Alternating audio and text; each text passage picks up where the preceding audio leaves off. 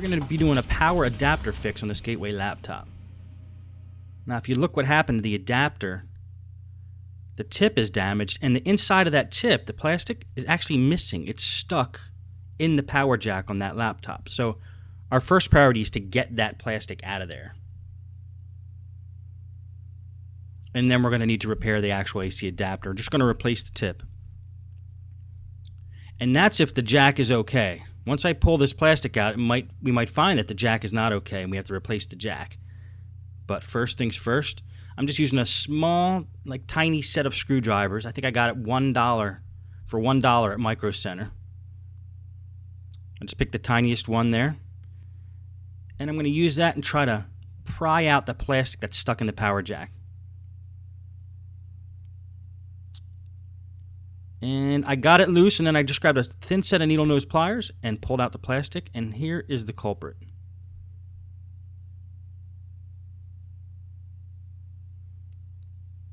Now the inside of that jack is clean, it's clear.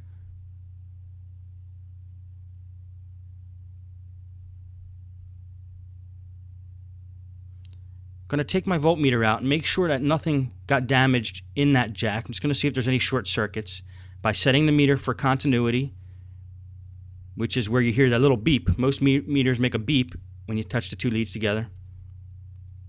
And I'm going to touch the inside pin of the power jack and a ground point. And if I hear a beep, then I know there's a short circuit and there was damage done to the jack. If I don't hear a beep, then I'm going to assume it's okay. And it looks like it's okay. So we're going to try a power adapter, a different power adapter in this machine, to see if it powers on. Now this is actually a blooper that I'm keeping in the video. We'll see how sharp you guys are. So I plug in the new power adapter, and I push the power button, and nothing's happening. Can you guys tell me why nothing's happening? You might have to rewind it to see it. Anyway, I'm going to fast forward this because I messed around with it for a while, wondering why it's not powering on. I even take off the hinge cover, inspect the button, take out a couple screws, try to figure out what the problem is. Everything looks okay, and then I realize I forgot to attach the part that plugs into the wall to the actual power brick right there. It happens. If you did spot that, good for you.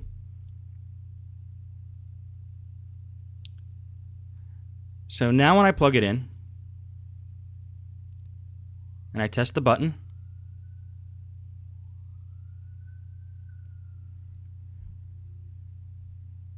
we get power, and everybody's happy. So it appears that the power jack is good, and we just need to repair the power adapter. Just wanted to show you I make mistakes too. Now to replace the tip on the power adapter. And this is the power adapter in question that we're going to fix. We're just going to cut that tip off. Make sure it's not plugged in as you do this.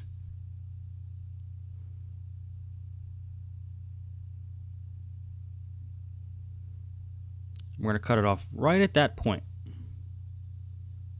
We'll make sure all the wire below that point is good and there's no crimps in it or bends or breaks in it. Now I'm going to just take a little pair of pliers here and remove the outer casing from the wire there. It might be wise to use wire strippers, which I do not have right now, but it might be wise to use wire strippers just in case you don't cut that wire and break it. But my trusty little blue snippers do okay. Just don't put too much pressure when you close it. Now we're going to wrap up that outside ground wire, which is the bare wire.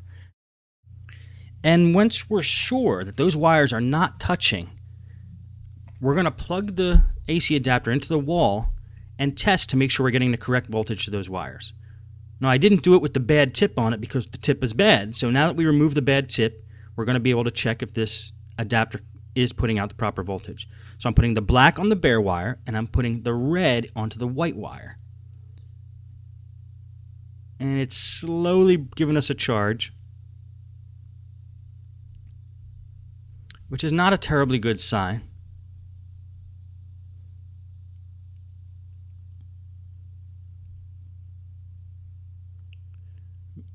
It may be my voltmeter's acting a little flaky. Battery might be running low.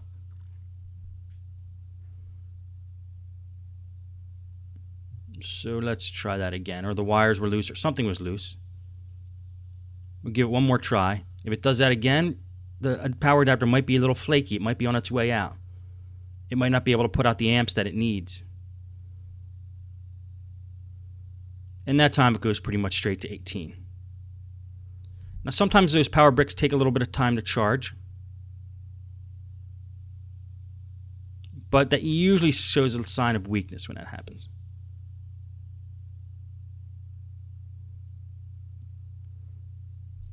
You're also going to notice the part coming out of the power brick is frayed as well on this power adapter. So that's going to need to be repaired too. I have another power adapter here up on the bench and I'm testing it, as well as this one. And I'm just going to pick the stronger of the two, which turns out to be the one that doesn't have that frayed part coming out of the brick itself.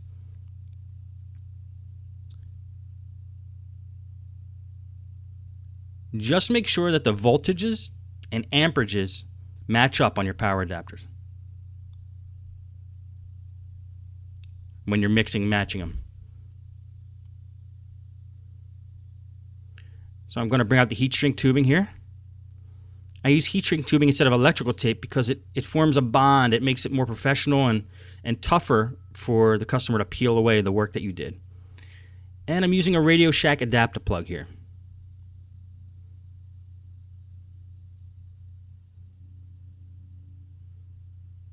And this is going to be a little bit of a crude way of doing the power adapter repair, but it's pretty solid and it makes a good connection. So I'll show you what I'm doing. Right now I'm going to sand the leads that go into that adapter plug. See, that adapter plug is meant to be plugged into another adapter. And it gets really expensive at Radio Shack when you start buying adapter upon adapter. So sometimes I like to solder the leads for the power adapter directly to the leads on the adapter plug. But since they aren't meant for solder, I'm sanding them off, I'm scuffing them up, so that when I do solder the leads to that adapter plug, the solder makes a great connection. It's strong, a good bond, which won't break. Let me just zoom in here so you can see what I'm doing. Notice that's a size N adapter plug. That's a pretty popular brand, a pretty popular size. Most Gateways, Toshibas use a size N. And I'm just scuffing the metal of those leads, so when I drop some solder on there, it'll stick really well.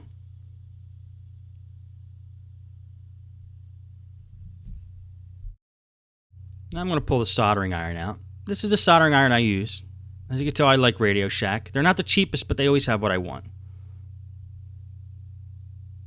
And I'm just using a piece of Scotch-Brite there to get the remaining solder off of the soldering iron. If you see it in the soldering iron holder there.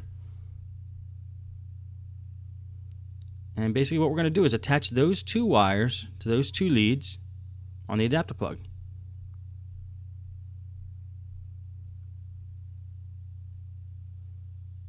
I'm going to expose some wire on the white lead there.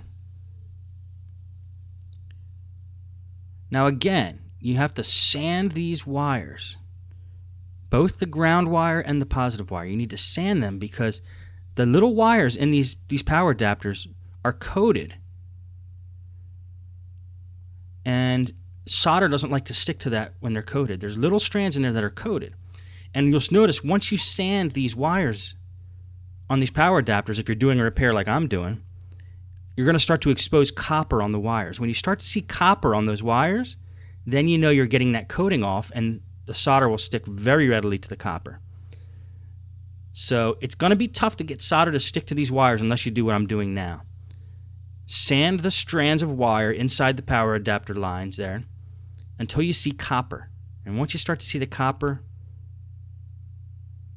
you'll know that your solder is going to stick and make a good bond and not break off.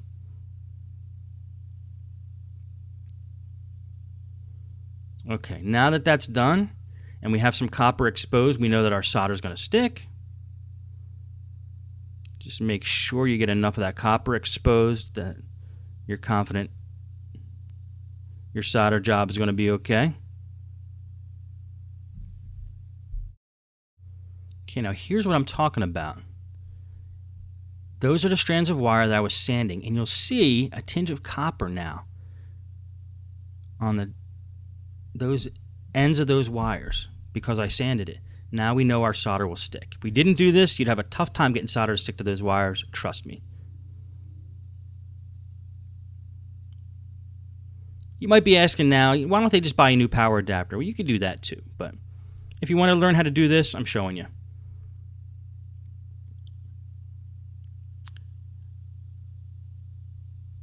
I'm going to grab a little device called Helping Hands. It allows me to place objects in there. It's just a pole with 2 alligator clips on it. It allows me to place an object in there, and it actually acts as an extra set of hands, which I do not have. And I'm going to just put that adapter plug in there. I'm going to zoom in and help you get a good view here. I'm going to add some solder and just tin the edges of those adapters there, or those leads there. Just put some solder on each one of those leads.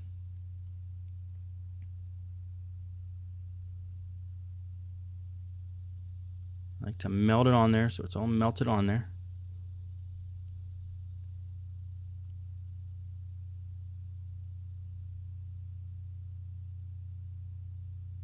You can see how the solder's on there. Now I'm going to do the same thing with the leads for this power adapter.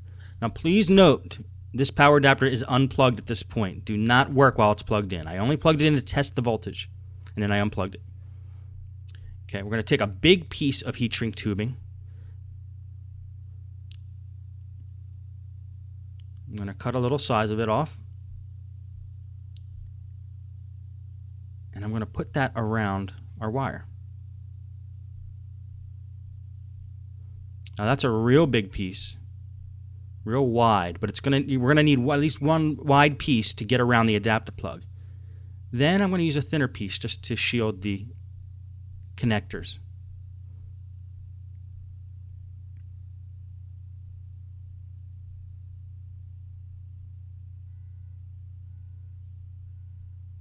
Again, this is somewhat of an unorthodox way of doing a repair on these power adapters, but it makes a sturdy bond, and I've done it a few times in the past with no problem. So make sure you get your heat shrink tubing through your wire before you do any soldering to the actual adapter plug, otherwise it will be too late.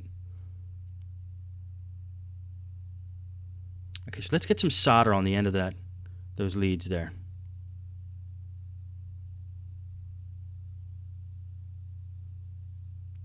Also, again, this is the way I like to solder. I like to tin things with the solder before I actually solder them. And I'm just globbing some solder onto the end of that lead there.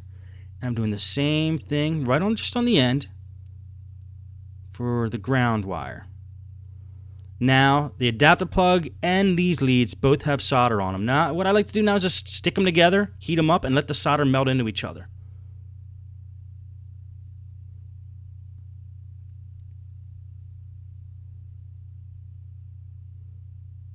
I need to make sure that which wire is which on the adapter plug, which one is ground and which one is positive.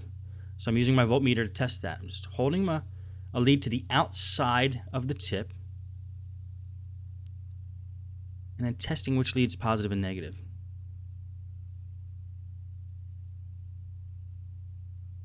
And once I know that, I'm going to be able to solder that ground tip to the ground wire.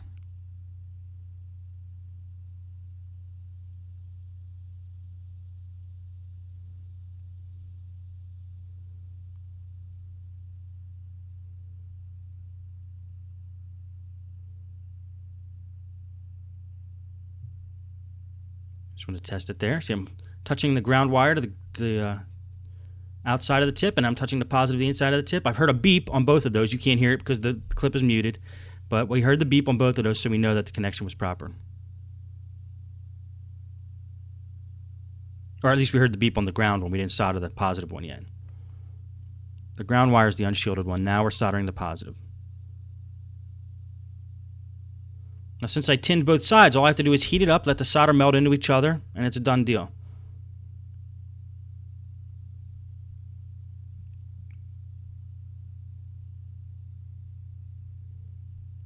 I'm going to show you here a close-up of what exactly I did, if the camera decides to focus. There we go.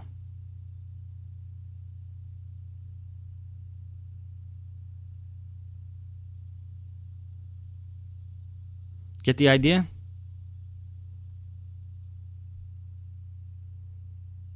Now I'm going to take some electrical tape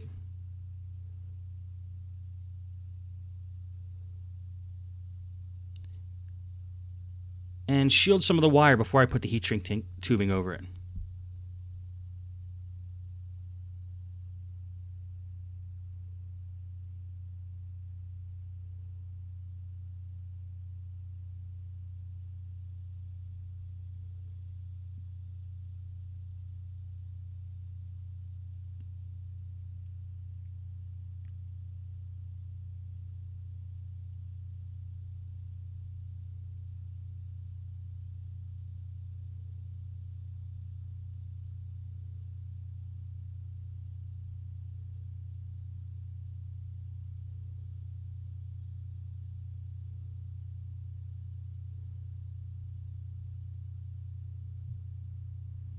There we go. This is good to do just in case the heat shrink tubing gets worn down a little bit. You don't want any bare wires exposed. So now I'm going to pull that heat shrink tubing up over the connector. And so far, so good. Now, the way to melt heat shrink tubing properly is with a hot air gun. I've used a lighter my whole life. It's just the way I do it. Some people might criticize it as not making an even heat connection. It's going to be a little lumpy, but it does the job fast. It doesn't smell that great. Try not to inhale those fumes.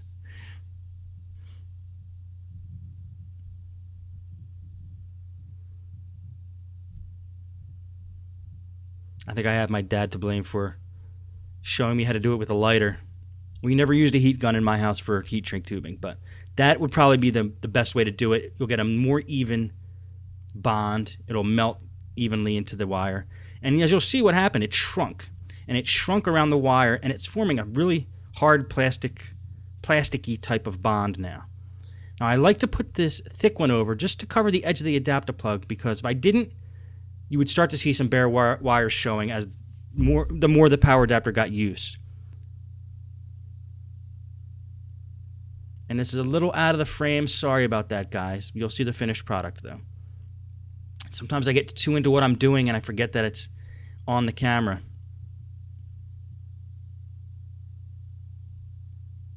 Again, if you can help it and you want to use a heat gun, go for it.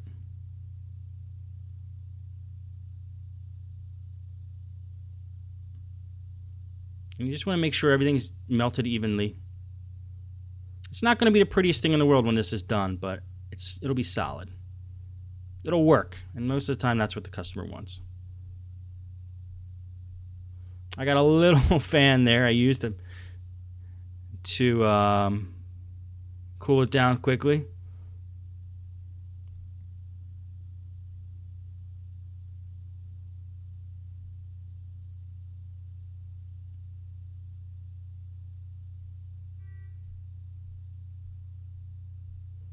And we're going to hit it one more blast here, I think. Get it all melted evenly.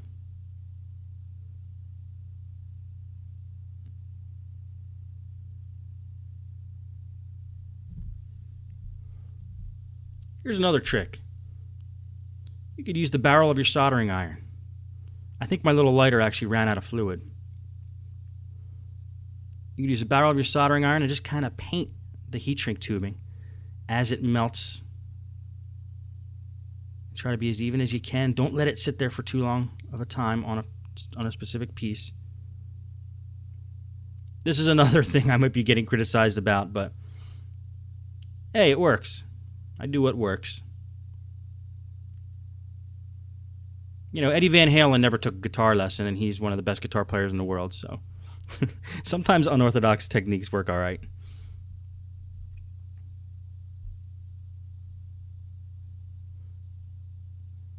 And again, we're going to cool that. Oops. It's not the best fan in the world. I can't tell you the number of times that blade actually popped off like that.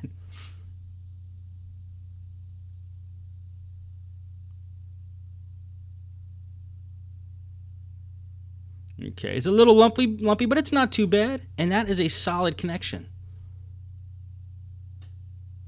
You know, as long as you sand or scuff up the leads before you solder them and make sure it's making a strong solder connection, you're going to be okay, and you're not going to get returns on these. You also might be thinking, this is taking a long time. Is it really worth it to do this? Well, it depends. It's up to you to decide that. Now, I've got the voltmeter on. I'm touching the black to the outside, positive the inside. We should be getting 19 volts out of this. And there we go. 19 volts. Remember, do not touch those two leads together as they're touching the power adapter. You don't want to create a short circuit. So we're good to go. There's the finished product. Not too shabby. It has character.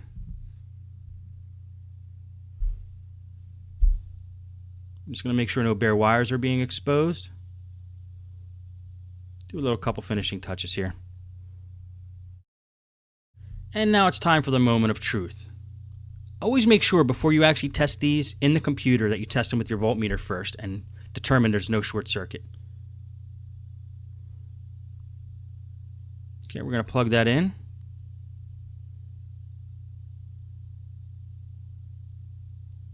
And we're getting the purple light showing the battery is charging. So the adapter's working good. Battery light went out when we removed the adapter. Let's plug it back in. Battery light goes on again. Jiggle it around, make sure that the battery light stays on and it continues to get power. And that's a done deal.